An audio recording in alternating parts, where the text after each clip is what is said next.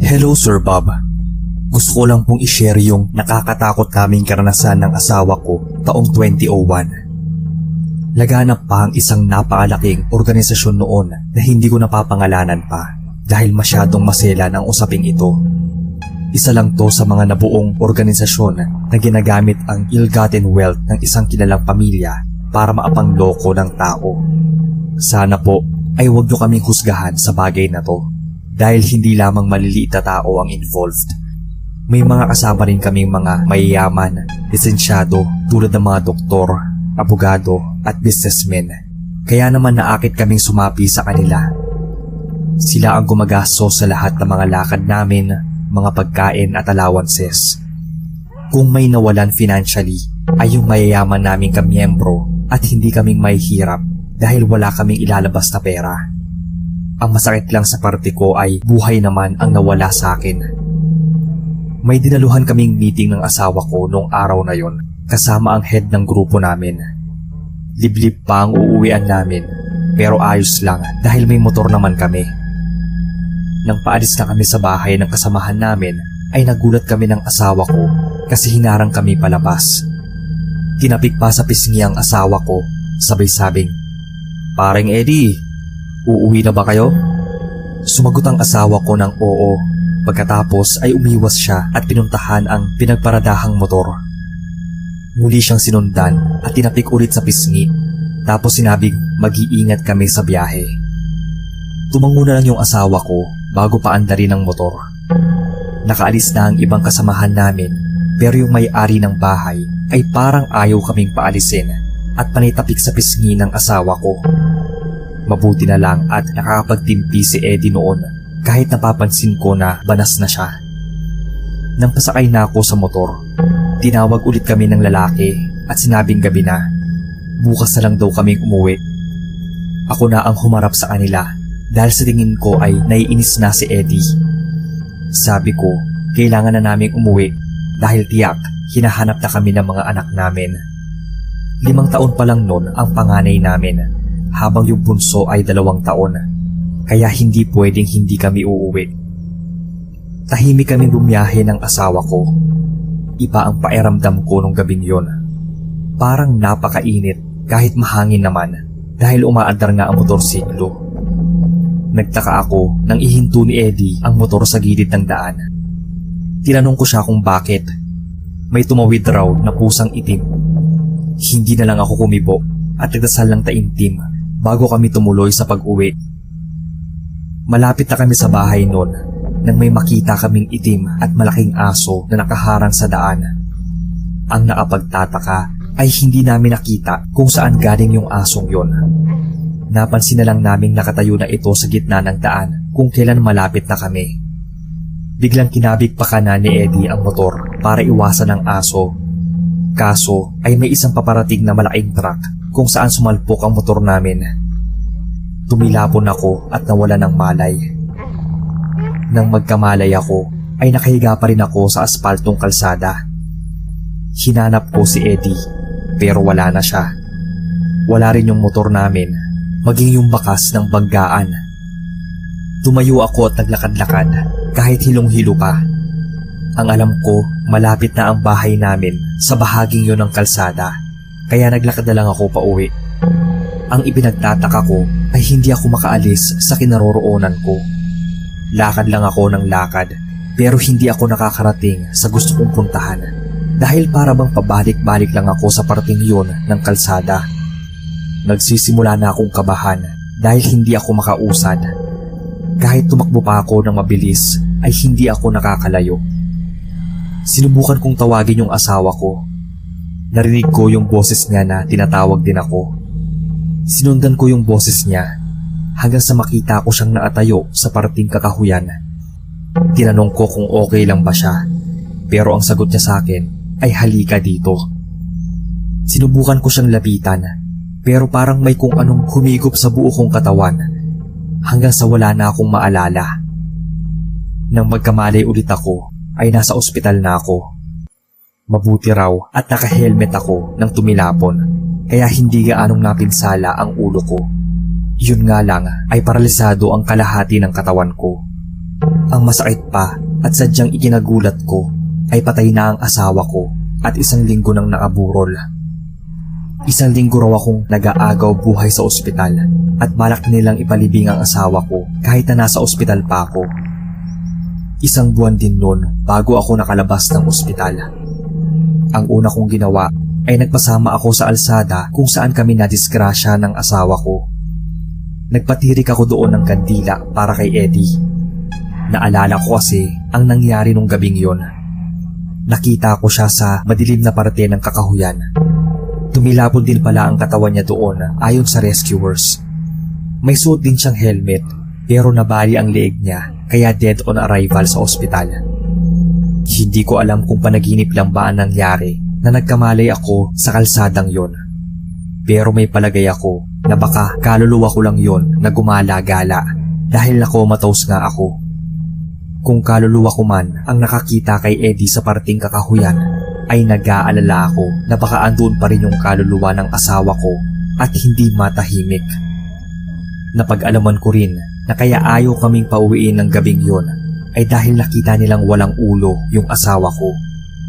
Ang pagtapik sa pisngi ni Eddie ay para daw pangontra sa masamang pangitain. Pero wala rin namang nangyari dahil namatay pa rin siya. Hindi na bumalik sa dati ang katawan ko, Sir Bob. Paralisado pa rin mula bewang hanggang paa. Mga kapatid ko at kapatid ng asawa ko ang nagtulong-tulong para suportahan kaming mag-iina. Nagtapos na ng kolehiyo ngayon ang mga anak namin at may kanya-kanya ng trabaho. Pero panata pa rin namin ang taon-taong magtirik ng kandila sa parte ng kalsada kung saan namatay ang asawa ko. Kahit na may nangyaring trahedya sa pamilya ko, ay interesado pa rin ako sa pakikinig ng mga horror stories. Kaya naman, mahigit 1 taon na po akong silent listener. Hanggang dito na lamang po, at maraming salamat kung inyong manarate ang kwento ko.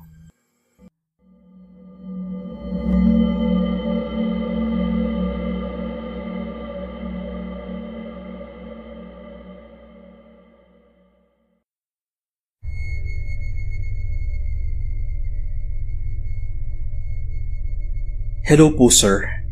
Gusto ko sanang i-share itong nakakatakot na experience ko. Tawagin niyo na lang akong Ariel, nakatira sa Zamboanga. Pauwi na ako sa bahay kasama ang kaibigan ko at galing kami ng trabaho. Ako ang nagmaneho ng motorsiklo.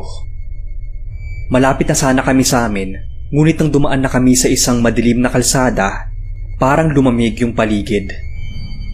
Ang totoo niyan sir, ay natatakot ako sa kalsadang iyon dahil may malaking krus. Marami ng sasakyan ang nadisgrasya doon noon. Sinabi ng angkas ko na may nakita siyang white lady sa harapan namin. Takot na takot ako nung panahong yun dahil kitang-kita ko rin ang babae. Napakahaba ng buhok niya at putlang-putla ang muka. Kahit natakot, binilisan ko ang pagmamaneho hanggang sa nalagpasan na namin yung kalsadang iyon. Kinwento agad ng kaibigan ko sa mga anak ko na sinakal siya ng white lady gamit ang mahabang buhok nito. Pero dahil nga malakas siya, natalo niya ang white lady at hinalikan pa ito. Natawa naman ako dahil naniwala talaga ang mga anak ko sa joke niya. Hindi naman ako nagtataka kung bakit may mga nakikita kami roon dahil marami naman talaga ang namatay sa lugar na yon. Hindi ko makakalimutan yung isang napakalaking disgrasya dati. Wala pa nga yung malaking krus. Sa pagkakaalala ko, mga February siguro yun, mga 16 or 17 years na ang nakakalipas. Nagbangga ang isang flammable tanker truck at isa pang sasakyan. Nakita yun ng mga tao kaya lumapit sila upang makita ang nangyari. Huminto rin ang iba pang mga sasakyan at isa na roon ang isang lumang bus na puno ng pasahero. Ilang minuto lang ang lumipas at sumabog ang tanker. Sa lakas ng impact ay narinig sa ibang barangay ang pagsabog. Nadamay ang lahat ng naroon. Rinig na rinig ko yun. Sumakit pa nga ang ulo ko. Pagkatapos nun ay pumunta kami roon at kitang-kita ko ang ibang parte ng katawan ng tao na nakasabit sa mga puno. Halos masuka ako. May mga damit pa na puno ng dugo at laman loob na nakakalat sa kalsada. Hindi ko alam kung ilan ang namatay dahil magkakahiwalay na ang mga katawan ng tao. Nakita ko ang lumang bus. Halos hindi na ito mukhang bus. Wala na ring buhay sa loob. Naawa nga ako noon sa pamilya ng mga namatay dahil hindi man lang nila nakita ang muka ng mga mahal nila. Ang iba nga sa kanila ay kumuha na lang ng mga buto ng tao upang ilibing. Hindi na kasi nila makilala kung saan sa mga iyon ang buto ng kadugo nila. May ibang katawan din na nahulog sa bangin. May mga katawan pa na hindi nakita, ngunit naroon lang talaga ang mga iyon. Yun ang rason kung bakit nagkaroon ng malaking krus sa lugar na iyon. Kapag undas o kaya Pebrero, may mga taong pumupunta roon upang magsindi ng kandila. May ilan namang nabuhay hanggang ngayon, at ang ilan sa kanila ay mga kapitbahay ko na pumunta at nakiusyoso bago sumabog yung tanker. Nadami rin sila sa pagsabog, kaya nga yung iba, isa na lang ang mata, at yung iba naman may peklat sa katawan. Hindi na nagtataka ang mga tao rito kung bakit minsan nakakarinig kami na parang may nagpapadisko kahit wala naman. Medyo weirdo lang, pero ilang beses ko na rin narinig iyon. Parang may mga nagsasalita pa nga eh. Noong una, natatakot kami, ngunit habang tumatagal, nasanay na. Mas malakas ang disco kapag February at November. Halos buwan-buwan rin ay may nadidisgrasya roon. Isa na nga doon yung kaibigan ko. May parang humila raw sa motor niya, kaya natumba yun at gumulong siya sa kalsada. Buti na lang at buhay siya. Kasi yung iba, namamatay talaga. Medyo madulas din kasi yung kalsada doon. At ayon sa mga nadidisgrasya, ay may kung anong pumukontrol sa kanila. Tapos may nagpapakita rin daw talaga. Kinakabahan nga ako noon kapag dumadaan. Halos hating gabi na rin kasi ako kung makauwi dahil sa trabaho. Ang ginagawa ko na lang ay bumubusina tuwing makikita ko ang malaking krus. Iyon na rin ang ginagawa ng iba. Bumubusina mapaumaga man o gabi. Sa ngayon, may kalumaan na yung malaking krus at may mga batang nag-aabang doon para manghingi ng barya sa mga nagdadaang sasakyan. Naghahagis kasi ng barya ang mga dumadaang sasakyan doon, kaya naman inaabangan yun ng mga bata. Maski nga ako ay naghahagis din ng barya doon. Kaunti na lang ang nadidisgrasya doon. At kapag nakakarinig kami ng parang may disco, hinahayaan na lang namin. Sa tuwing babiyahe rin ako, hindi ako nakakalimot na magdasal dahil alam kong mas maapangyarihan ng Diyos kaysa sa kanila. Salamat sir sa pagbabasa ng aking kwento at sana magawi ka dito sa aming lugar sa Zamboanga del Sur. More power sa channel mo, sir.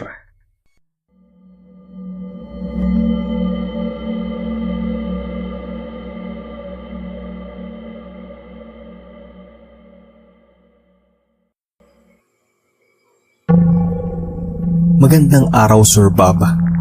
Ako po si Ana at may kwento akong gustong i-share sa inyo.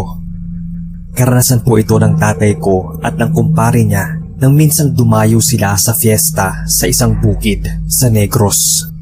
Maraming taon na raw ito nangyari.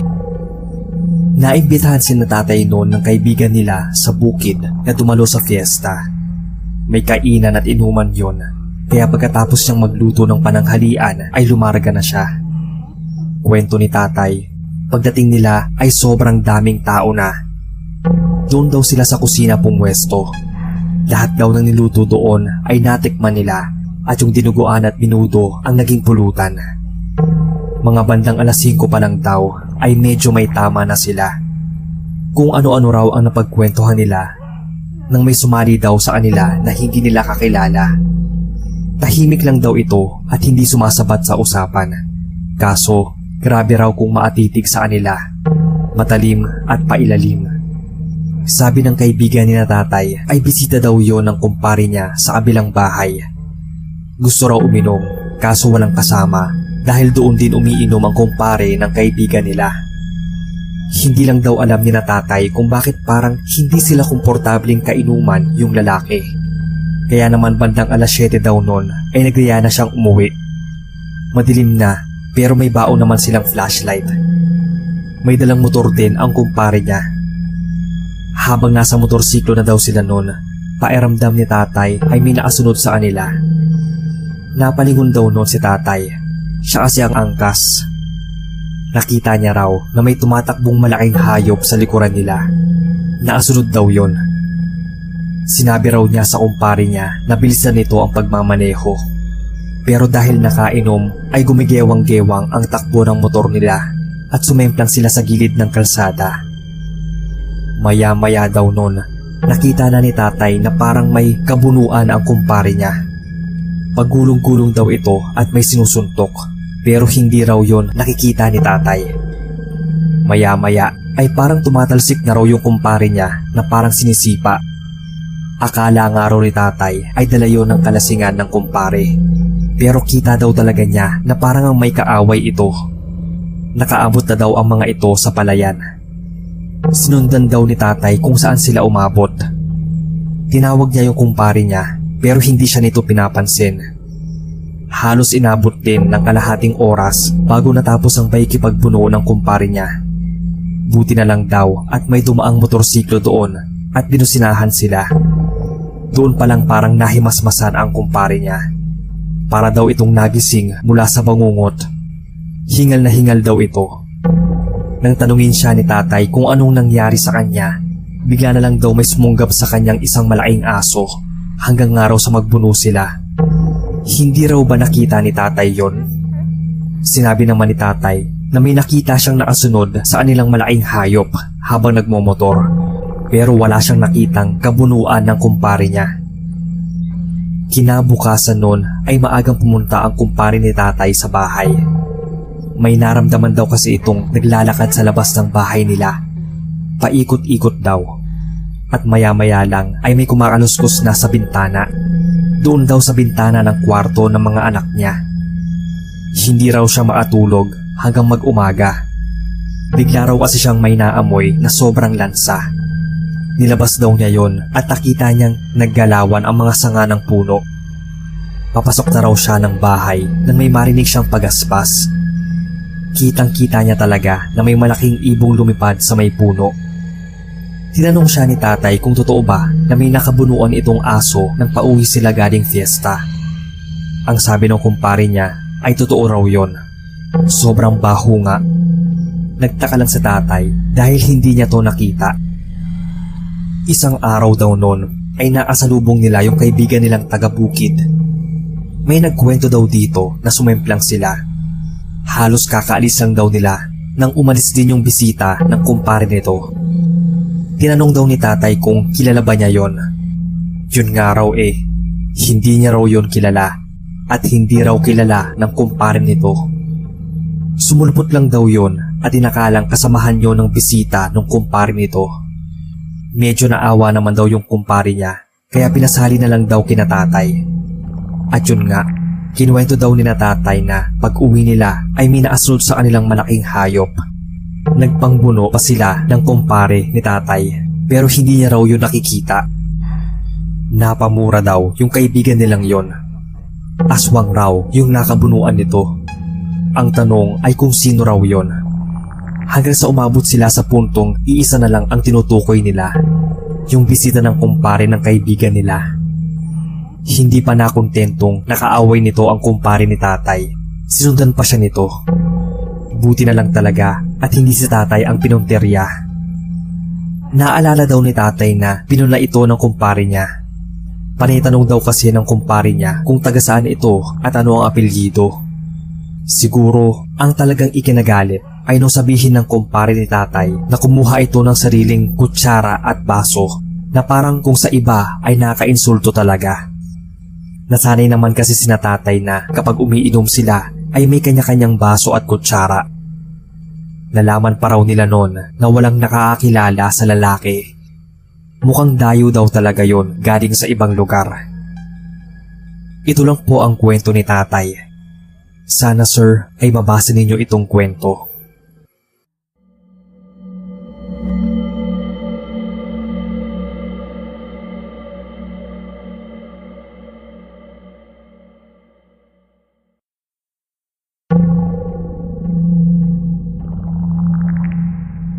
Hello sa lahat. Tawagin na lang akong Makoy mula sa Bulacan. Nakakahiya man sabihin, pero dati, isa akong tambay na umaasa lang sa mga magulang at sa jowa ko. Minsan, nagkakapera ako sa pa-extra-extra lang, pero sobrang dalang. Sinubukan ko noon mag-apply ng trabaho, pero ni isa, walang tumawag. Nagkakapera lang ako at nagkakaroon ng ambag sa bahay dahil nga sa jowa ko na nagbibigay sa akin tuwing sahod niya. Hindi naman din ako manhid, kaya ramdam ko yung hirap at pagod ng jowa ko sa trabaho para mapagbigay sa magulang niya, pati na rin sa akin. Kaya minsan, naisipan kong maghanap ng mauutangan para sa pinaplano kong pagbili ng motor. Kahit second hand lang. Ang importante ay maayos pa. Nagkataon naman noon na yung isang kaibigan ko ay naghahanap ng buyer ng motor ng kanyang pinsan, kaya tinanong ko yung detalye. Nang magkita kami noon ng jowa ko, na-ishare ko sa kanya yung tungkol sa binibentang motor at sa plano ko. Hindi ko noon intensyon na humingi sa kanya. Sinabi ko yon para malaman niya din yung plano ko sa buhay at hindi lang ako puro asa sa kanya. Kaya ang nangyari, sinamahan niya akong i-check yung motor mula sa kaibigan ko. At nagulat ako nang siya mismo yung nag-abot ng bayad doon sa kaibigan ko. Laking pasalamat ko sa jowa ko noon dahil makapag-umpisa rin ako sa wakas at makakabawi sa kanya. At dahil in demand yung mga riders simula pa noon, sinubukan kong mag-apply bilang isang delivery food rider. Sa abutihang palad ay natanggap naman ako agad. Isang linggo nang magsimula na ako sa trabaho ko noon ay may napansin ako dun sa motorsiklo. Simula kasi nung ihatid sundo ko yung jowa ko sa trabaho niya, parang dumodoble yung bigat ng motor. Tuwing naka-duty ako noon ay parang may angkas ako dahil medyo mabigat na tong dalhin. Kapag naman naangkas ko yung jowa ko, mas lalo pang bumibigat. Hindi naman ganun kalakihan ng jowa ko since payat siya.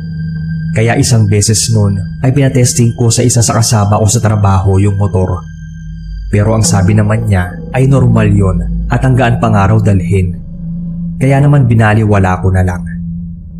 Hanggang sa isang gabi noon, paalis na ako para sunduin yung jowa ko sa trabaho niya. Nagsusuot na ako ng helmet noon at nakasakay na sa motor. Nang maramdaman ko yung mahinang pag-uga na tila ba may sumakay sa likod. Pero hindi ko masyadong pinagtuunan yun ng pansin dahil sa isip ko, kailangan ko na magmadali dahil malapit na yung uwian ng jowa ko. Pagkatapos kong ayusin yung helmet ko, agad ko nang pinaandar yung motor at nagmamadaling umalis.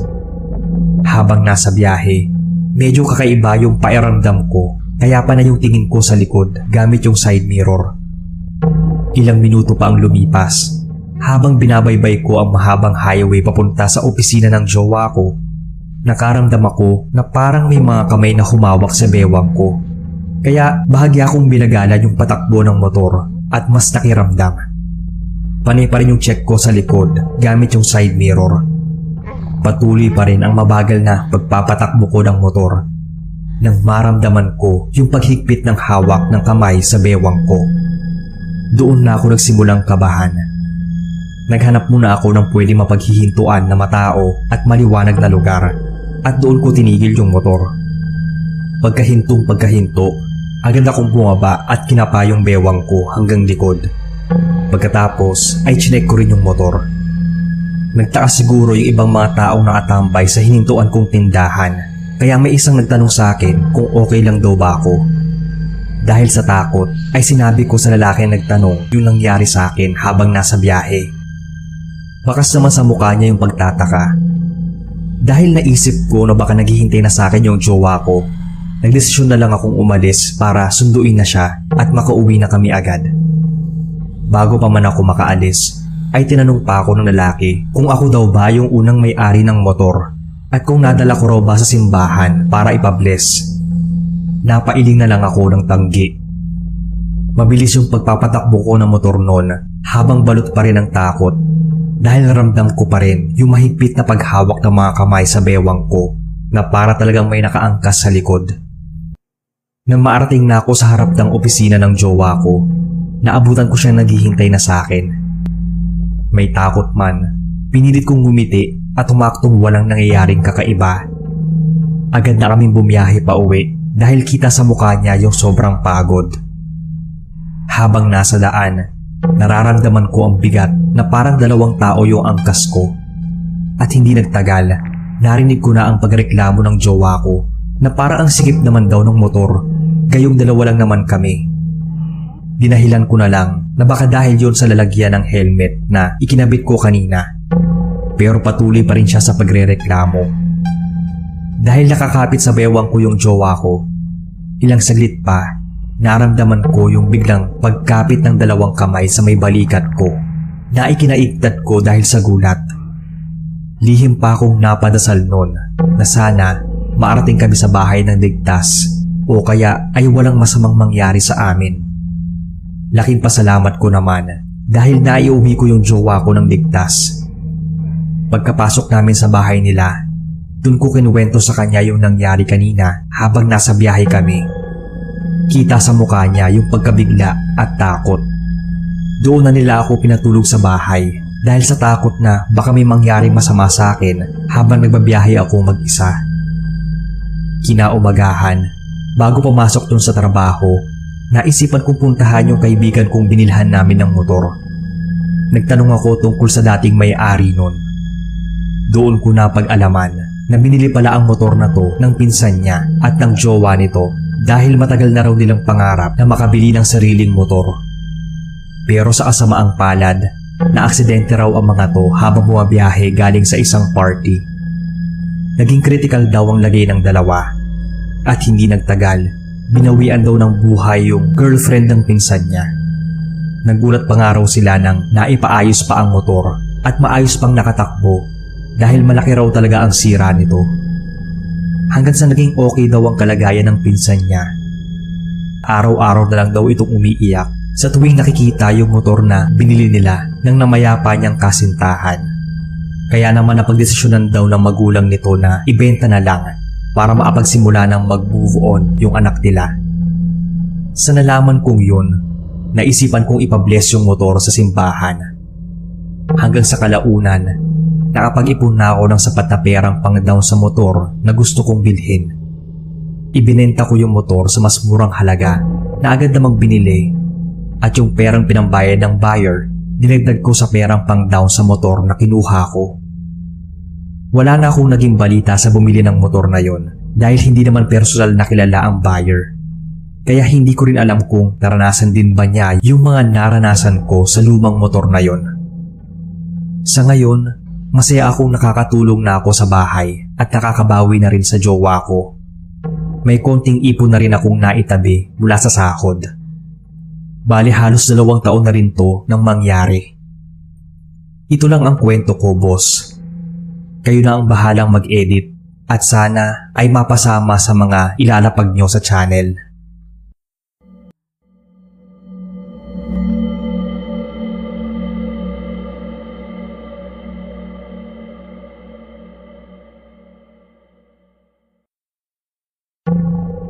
Hello po sa lahat. Ako si Melissa at meron akong nakakakilabot na karanasan na gusto kong i-share sa inyo. Ito ay tungkol sa karanasan namin sa isang bahay sa baryong pinuntahan namin.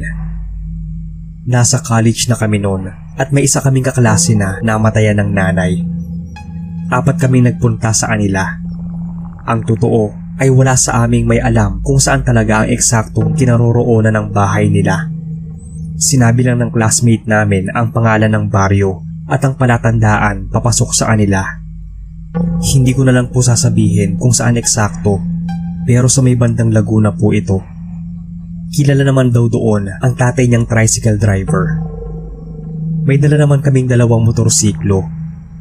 Isa lang ang kasama naming lalaki at pinsan yun ng kaibigan namin. Pangalanan na lang natin silang Jasper at ang kaibigan kong si Myla at Tina. Angkas si Jasper ang pinsan niyang si Tina at ang kasama na ko ni Myla. Halos 1 oras din ang biyahe namin nang maarating sa baryo ng kaklase namin. Akala nga namin noon ay madali na lang, pero ang totoo ay kung saan-saan kami napadpad. May nakita kaming bahay na madami-dami na ring tao, so inakala namin na yun na yung pakay namin. Pinuntahan namin ang bahay na yon at mukha ngang may lamay. Nakahinga kami ng maluwag kasi ang akala nga namin ay yun na yun. Pero nang magtanong kami ay mali ang napuntahan naming lamay. Nagrereklamo na noon si Jasper at ang sabi ay gutom na raw siya. Bigla naman kaming nahiya noon nang yayain kaming kumain ng asawa ng namatay. Lalaki ang nakaburol at nakatakip ang kabaong nito kaya hindi namin nakita ang itsura. Hindi na rin kami nakatanggi pa noon dahil pinilit na rin kami ng babaeng namatayan. Nakatingin sa amin ang ilang mga naroon kaya pumasok na kami sa bahay nila. Nakita kong natakam agad si Jasper nang makita ang mga inihain sa amin. Karni kasi yon na may sarsa. Takam na takam siya habang kumakain kami. Ako naman ay nagdadalawang isip noon na kumain ng karne. Natandaan ko kasi na bili ni na mama na huwag kaming kakain ng karne o anumang ialok sa aming pagkain nang di namin kakilala. Kaya yung biskwit na naapatong sa mesa ang kinain ko na lang. Tuwang-tuwa pa nung si Jasper nang matapos kumain. Nabusog daw siya. Hindi din gaanong kumain noon sina Myla. Parang iba raw kasi ang amoy ng karne. Baka daw karne yun ng baka o kalabaw.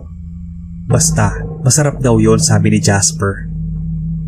Nang maapagpahinga kami ng kaunti, ay nagpasalamat na kami at nagpaalam ng umalis. Nang biglang sabihin ni Tina na naiihi siya, kaya nakiihi muna kami sa kanila. Nasa likod ng bahay ang banyo. Sinamahan kami noon ng batang anak ng babae. Ilang metro din ang layo noon sa bahay nila. Pagkaturo ng bata ay iniwan na niya kami ni Tina. Nadaanan pa namin noon ang nagluluto ng ulam sa lamay. Habang umiihi noon si Tina sa loob ng banyo, andoon na ako sa labas at naghihintay. Nagmamasid-masid. Napatingin ako sa nagluluto. Nagtatawanan pa ang mga yon at patingin-tingin sa kinaroroonan namin. Umiwas na lang ako ng tingin noon. Nang pabalik na kami ay hindi ko maiwasang tingnan ang niluluto nila. Ganoon na lang ang pagkasindak ko nang may makita akong ulo ng aso na naatusok sa isang kawayan.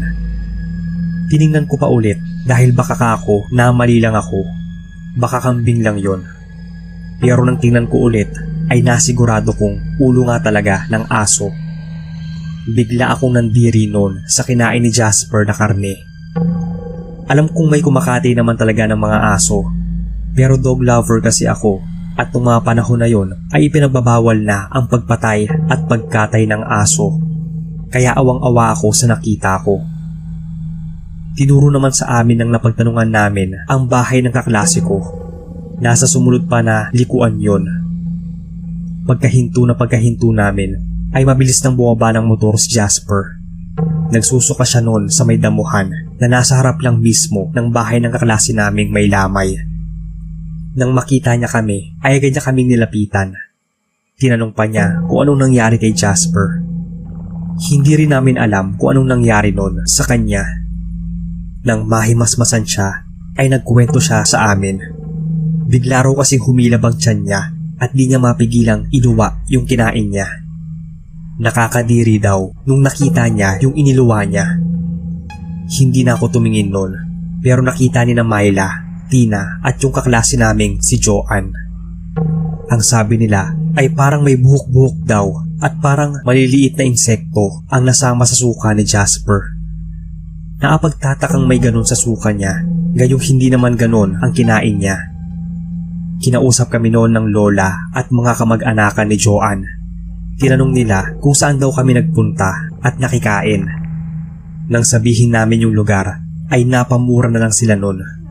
Sa dinami-dami raw ng pwede naming mapuntahan doon pa daw talaga sa pamilyang yon.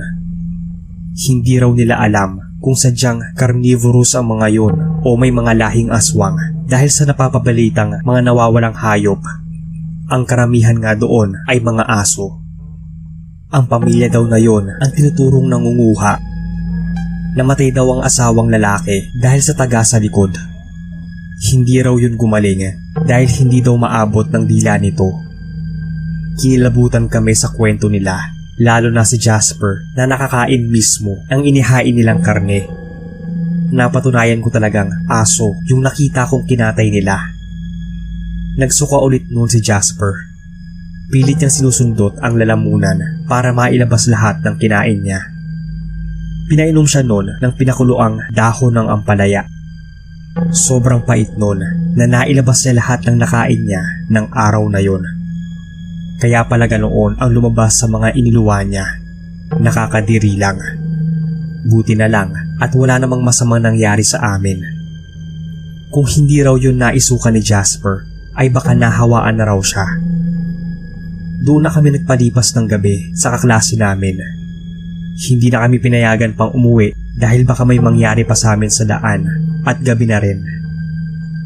Kinabukasan nun, habang nag-aalmusal kami, kinwento ng tiyahin ni Joanne na may napansin daw silang asong itim na naatambay sa may di kalayuan. Noon lang daw nila nakita yon. Napansin daw nilang paikot-ikot ito sa bahay pero hindi lumalapit. Pawala-wala din daw ito. Hindi raw nila alam kung kaming mga dayo ang binabantayan nito o yung bangkay ng nanay ni Joanne.